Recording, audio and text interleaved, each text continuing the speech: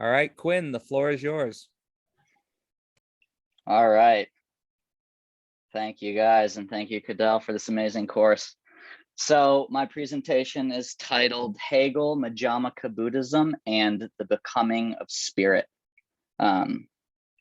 So I focus here on a particular historical shape of Buddhism emerging around the 2nd century with the writings of Nagarjuna, this handsome fellow on the right here. And basically, I compare the formal structure of Nagarjuna's dialectical method that he utilizes in the text, The Fundamental Wisdom of the Middle Way, and kind of comparing that with Hegel's dialectical method in the Phenomenology of Spirit. Okay, so to start here with Nagarjuna, he utilizes a fourfold negation, which is evident in the very first verse of his text here, which is as follows: never are any existing things found to originate from themselves, from something else, from both, or from no cause. So he, as you can see, he goes to negate X, he then negates negative X, then he negates both and neither. So I kind of sketched out the loose structure there of the fourfold negation that ends in shunyata, which I'll get into further later, but basically it's sort of the realization of the kind of ontological insubstantiality or maybe incompleteness of each of these propositions here. And he goes on to show how each of these standpoints encounters contradiction and limitation. And so after deconstructing causality here, he goes on to deconstruct temporality and basically various categories and perspectives of his time. And the few important dimensions here, it's a non-implicative negation to the extent that he's avoiding and implicitly suggesting an alternative. And so, and another dimension here, which I'll come back to, is that there is no logical relationship established between the last negation in the first proposition and the first negation in the second proposition, between D and A there. All right, now for Hegel's dialectic here. So how I kind of think of the loose structure of Hegel's dialectic is as three kind of interconnected moments. So moment A here, the fixed form, what he describes as the moment of understanding in the encyclopedia, which encounters inherent contradiction and limitation and falls into its opposite, is negated, is canceled in some way, and then moves to moment C, which is a kind of sublation or a negation of a negation, where there's kind of a temporary concrescence of these previous oppositional moments that then lead to new layers of contradiction and tension. So a few important dimensions here. Each, to emphasize, is each negation builds on the last. So F is different than C and distinct from C. And the negation has content, and this is what he means by determinate negation here. And so we're going to take it moment by moment. So the first moment here, the fixed form, I tend to think of this as kind of a conceptual or embodied or even relational fixed form that involves a particular kind of ideational shape, or what Hegel would call picture thinking. And I think here both Nagarjuna and Hegel emphasize the tendency for the mind to become attached to this moment. And I think it's interesting to bring in kind of the psychoanalytic perspective and drawing here from Ernest Becker's book, The Denial of Death, which basically invites this perspective that there's a fundamental fear and repression of physical and symbolic mortality that becomes kind of sublimated through this unconscious desire for what Becker calls symbolic immortality. And I think to connect it to this first moment, I think it's interesting to think how there is this drive to concretize a particular shape of experience, to kind of concretize this first moment in a kind of virtual temporality, to kind of freeze one's self-image and thought as something existing outside of time, or as kind of being atemporal in some ways. And I think the psychoanalytic insight is that this is actually in some ways a type of what Becker calls death and life, alluding to Freud's death drive, I think, and which fundamentally involves a kind of ego identification with this first moment, and a natural psychological resistance to the second moment of negation, which therefore kind of involves a type of symbolic death. So this brings us to the second moment here, negation. And I think this quote by Hegel here, "To bring fixed thoughts into a fluid state," kind of nicely sums up this moment. And I tend to situate Nagarjuna's negation as primarily focused on the kind of deconstruction of this first moment of fixity and this attachment to the first moment there. And so I kind of refer to Nagarjuna's philosophical methodology as a kind of salvific deconstructionism, to highlight the underlying intention and functionality is for a type of liberation. And so I define it as follows here. Salvific deconstructionism aims to loosen attachment to symbolic linguistic structures as being ontologically substantial and static, in order to liberate the mind from calcification, deadened self-enclosure, and the tendency to create conceptual scarecrows to frighten away a confrontation with reality and death. And this kind of alludes to a broader theme in Buddhist philosophy, where philosophy is really in service, or theory is in service of praxis in some ways, to which is interesting to think in terms of Chetan's invitation to think this relationship between theory and practice. For Buddhism, there is a use, philosophy serves to kind of undermine the grasping mind, and is in service of a type of deep transformation. And this brings me to, I think, kind of the first Hegelian challenge to Madhyamaka philosophy here in Nagarjuna, which is really this tendency to become attached to this second moment of pure negativity or pure negation. And I think it's summed up really nicely in this quote, so I'm just going to read this whole thing here. "This is just the skepticism which only ever sees pure nothingness in its result, and abstracts from the fact that this nothingness is specifically the nothingness of that from which it results. For it is only when it is taken as the result of that from which it emerges that it is, in fact, the true result. In that case, it is itself a determinate nothingness, one which has a content.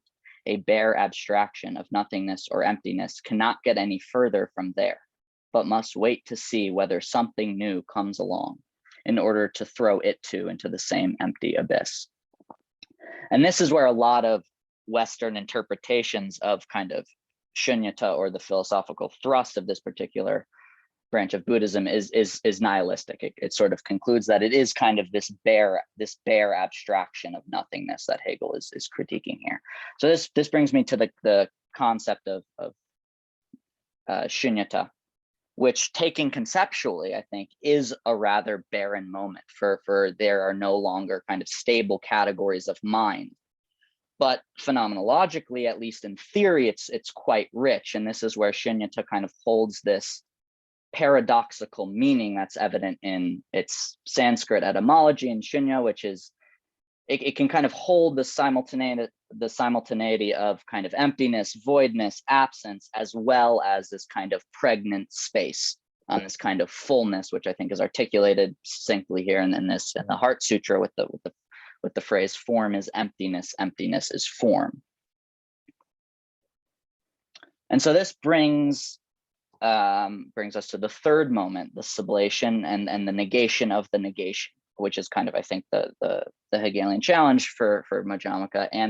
And I think it is definitely present in this idea that even emptiness is empty of inherent existence. So the kind of the philosophical trajectory is it goes about negating substantial categories, and then it kind of turns around and negates itself. So it's kind of, you think of it like it's permanently under erasure, and it's kind of it's denied a kind of ontological and conceptual stability. And this is the poison of Shunyata is referring to quote from Nagarjuna where he says, emptiness wrongly grasped is like picking up a poisonous snake by the wrong end. For those that see Shunyata itself as a substantial concept, there is no cure. It's kind of paraphrasing, but something along those lines. And so it kind of acts as this vanishing heuristic.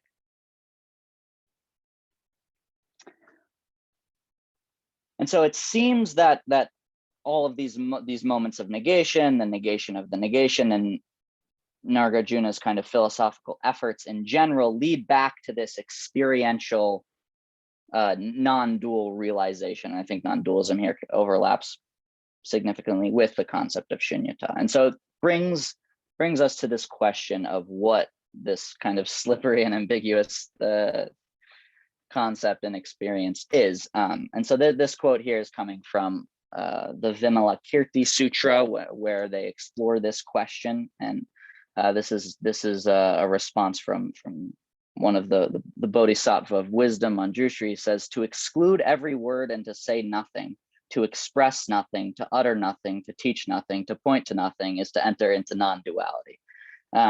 So it's on the surface, it seems to be pointing to kind of the before and the beyond of language where conceptuality breaks down.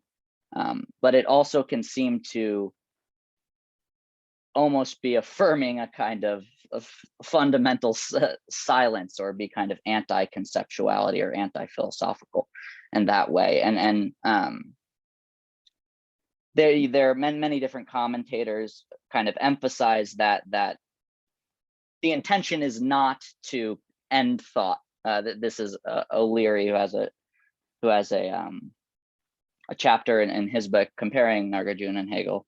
He says the aim of shunyata is not to end thought, but to redirect it. So it's not to avoid this kind of discriminating thought, which is inevitably arises in language and symbols, but to liberate it. So this kind of inviting a freer movement of relationality between mind and symbol and mind and language. But nevertheless, it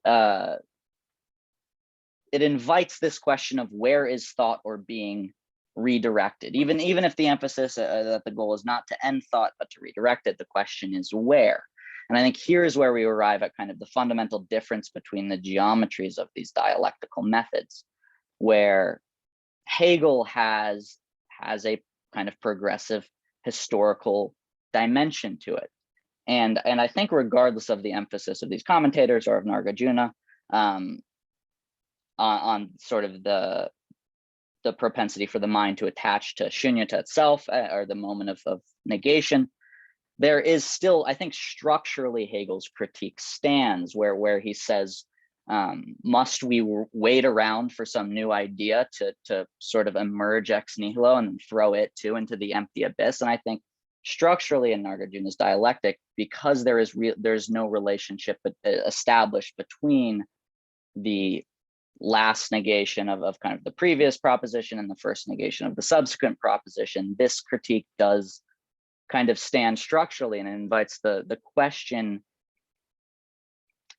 how is Nagarjuna's dialectic, and I think Madhyamaka philosophy more broadly, how is it not just a point, how is it not just a return to the point of departure, right? A return to this kind of pre-symbolic, pre-linguistic substance in itself, to use Hegel's language, prior to kind of the dualistic, symbolic, and linguistic mediation that come with life. So this brings me to the kind of crux of my thesis that I hope to explore in greater depth in the paper, which is basically I think shunyata and non-dualism can kind of handle the interdependence and contradiction inherent within categories, relationality, experience, and this superimposition of form and emptiness, or being and non-being.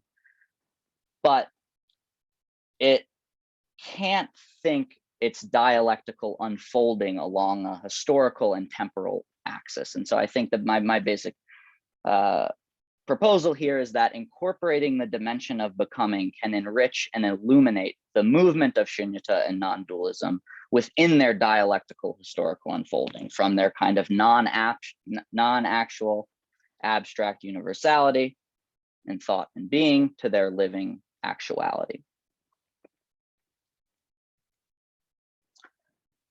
And so I think this, oops, oh no. I think I gotta exit to go back here. So I think this invites kind of an interesting Hegelian playful reinterpretation of non-dualism, where I think we can see it as a kind of substance in itself, or the vacuous kind of simple predicates that he's so critical of in the preface of all is one, or all is empty, or these sorts of things, as a kind of non-actual non-dualism, I think, which is useful to think. And then there's, I think, also the possibility of situating non-dualism as a moment within, or shunyata as a moment within, the larger dialectical unfolding. I think it could kind of aptly describe the moment of sublation, or this kind of temporary concrescence or temporary unity that then leads to new layers of contradiction. And by thinking it within the dimension of becoming, it's as Hegel puts it, we don't lose the bud in the bursting forth of the blossom, which I enjoy that quote a lot. And I think it also kind of is an interesting framing of the meta structure of the phenomenology, which kind of the whole thing, as far as I understand it, circumambulates the impossibility of a final closure, a kind of negative unity. And I think it's interesting to think non-dualism in this light, because at least in Madhyamaka Buddhism, it's setting itself up against a naive monism that sees everything as one substance, as well as it's kind of differentiating itself from a psychophysical dualism, which sees subject and substance as kind of irrevocably and ontologically split. So this invitation to think the not fundamentally one nor fundamentally two, but their movement nevertheless, and this kind of negative unity is really interesting. And then shout out to Professor Last here. I think this quote really sums it up nicely. The one cannot hold itself in time as a perfect unity. It is only actual as division. So this kind of brings me to my concluding remarks here. I'm not sure how I'm doing on time. But yeah, why does this matter?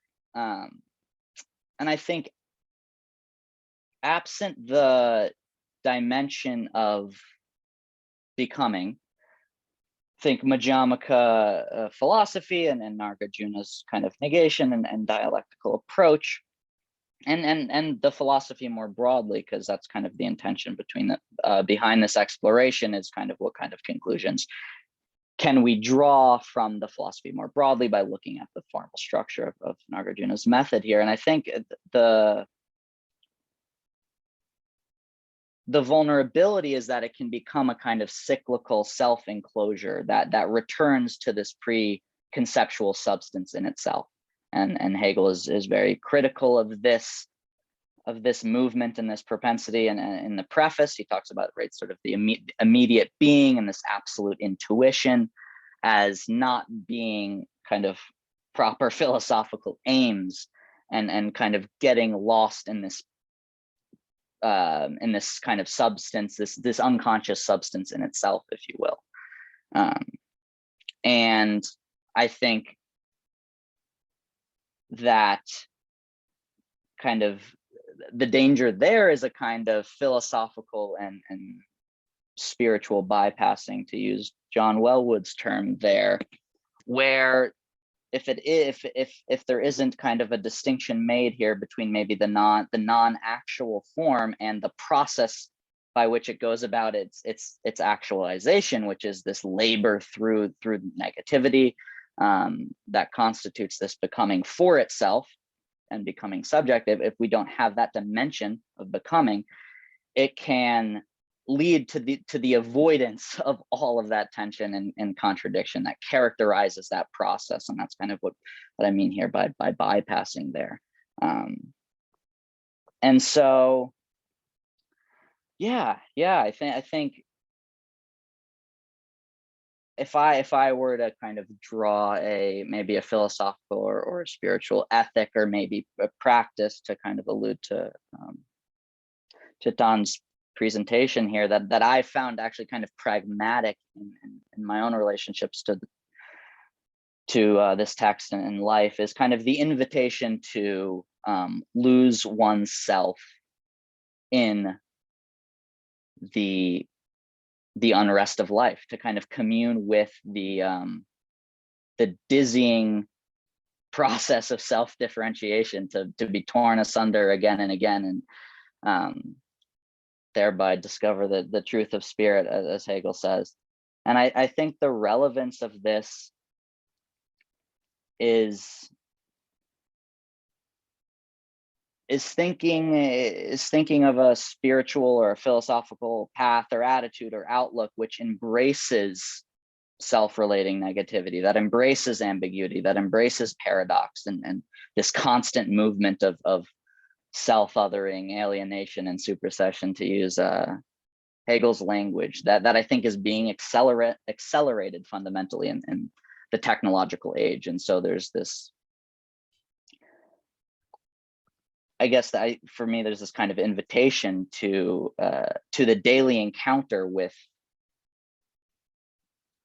the self-relating negativity of self-consciousness, and the kind of the symbolic deaths that are inherent within the dialectical process, as this kind of preparation, if you will, for the radical confrontation with this kind of alien future that is already upon us, which seems in some ways to be kind of apocalyptic in nature, and maybe perhaps an age of great despair and death and doubt, which are all of which are language that Hegel uses to describe this labor. Right. And then perhaps transformation. That's all right. Thanks, Quinn. That's time there. Is that time? All right. Yeah, perfect. that's time. That was fantastic. And I think you've already got a question here from Thomas. So if you'd like to unmute yourself, Thomas, you can. Otherwise, I can ask it for you. All right. So in the sake of time, Thomas's question is to you, Quinn. Any comments on Whitehead's process philosophy? Yeah, I'll preface it by saying that I have not read Whitehead, so what I'm going off is just secondary sources, but I think there is I've seen the connection made between Nagarjuna and Whitehead before, where Nagarjuna is really critical of like an object-oriented ontology and deconstructing this sort of ontological substantiality of kind of objects, and sort of primarily is focused on, maybe you could say, the relationship between the mind and objects. So I think there's a reading of that's where Nagarjuna is kind of focused on the relationship and the relationality. And if I'm not mistaken, there's a connection there to Whitehead, but I haven't read Whitehead, so that's about all I can comment on that. All right, thanks a lot. And Max, would you like to ask next? Yeah, great work, Quinn. If you were to put Hegel and Nagarjuna in a room and you were in the room, what do you think they would say to each other about each other's project? That's a fun question. Oh man, I don't know. I mean, it's, I think maybe they would, I think, I mean, I don't know. I think they would maybe respect the logical labor of the notion present with within each of their respective works. I think they both kind of define the rules of their logic differently. For Nagarjuna, it's contradiction, and maybe there's some similarities to Kant. It's sort of a negative feature, and so the contradiction is sort of that which proves the limitations of conceptuality and proves this kind of this emptiness here. And for Hegel, the incompleteness, the contradiction is kind of what affords the possibility of movement in general. I think they're both very focused on movement and keeping thought fluid. So I think they would have a lot to agree on there. But Very good, thanks. it'd be a fun All right. sparring match for sure. We got Raza up next. If you want to mute yourself, go ahead, Raza. Yeah, so that was really cool. Thank you, Quinn. I just wanted to ask, how do you incorporate becoming and the notion of shunya? Like, what would that look like practically? Yeah. That's a great question. I mean, I think for me, practically, and this is sort of, I guess, taking the Hegelian perspective, it's kind of the notion that maybe each moment of non-dualism or shunyata or whatever it builds on itself. It isn't fundamentally the same experience. There is a radical temporality there. And in that way, I think it avoids being kind of the eternal return to the same moment. Yeah, so I mean, I don't know if that's, I'll have to think more on that, like how that shows up in my life. I think this idea structure, it is kind of abstract now, so hopefully I'll have the opportunity to live it out and test its actuality. All right, But yeah, thank you for that question. Sahil, you can go next because Chitan's telling me that you can go ahead of him. So if you're there, unmute yourself. Great, thanks. Hi, Quinn. Thanks a lot for your presentation. I found it really interesting. My question is around shunyata and the way you thought of form of emptiness and emptiness of form. And you were trying to think through that it is a redirection of thought and not a vanquishing of thought itself. Mm-hmm. Yeah. And I'm just thinking of what Jiddu Krishnamurti would say here, would be that thought roots itself in memory.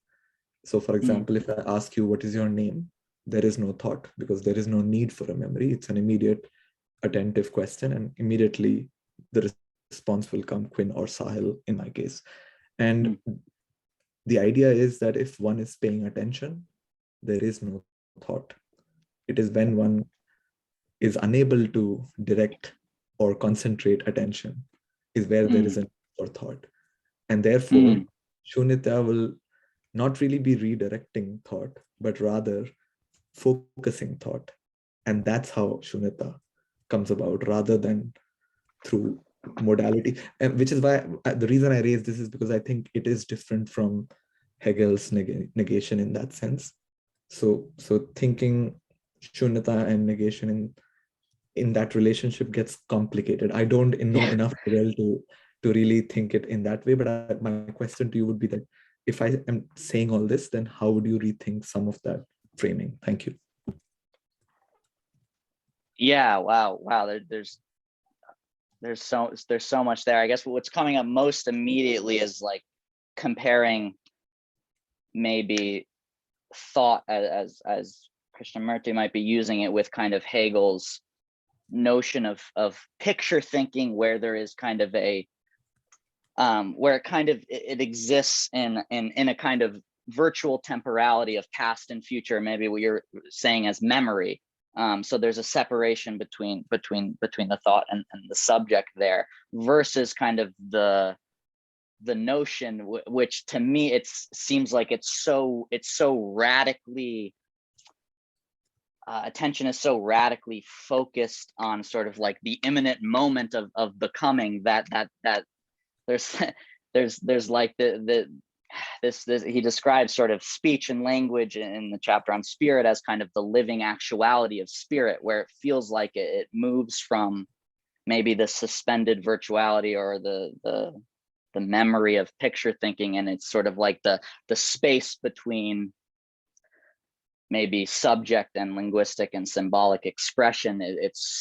They're so fused. Attention is so located in the present and not focused maybe on a type of thought or picture thinking that's extended in a virtual temporality, but rather a type of expression that's embedded within the imminent logical moment, to use Hegel's language there. But yeah, no, I think there's a lot to think about the differences in language and how to understand thought, the end of thought or the redirection of thought, or sort of a relationship in which subject maybe is not fundamentally separated from thought maybe.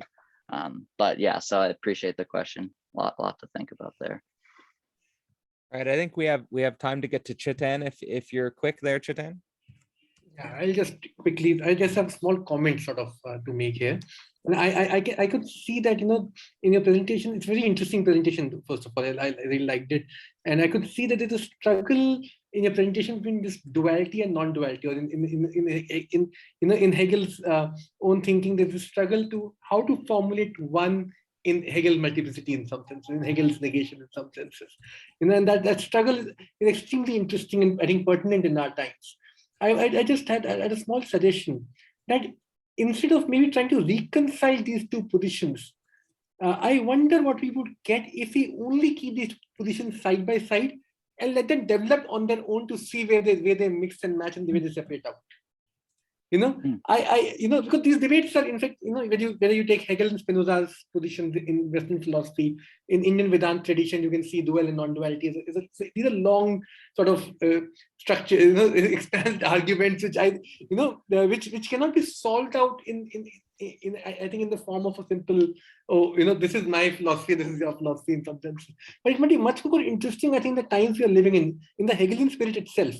That instead of trying to solve that problem, cover it up, solve that gap, make it work in that manner, maybe we can try and keep them both together, hold them together in some sense, then see where they take us in that manner. That would be a fascinating work. Thank you. Thanks. Yeah. Yeah. No, I completely agree.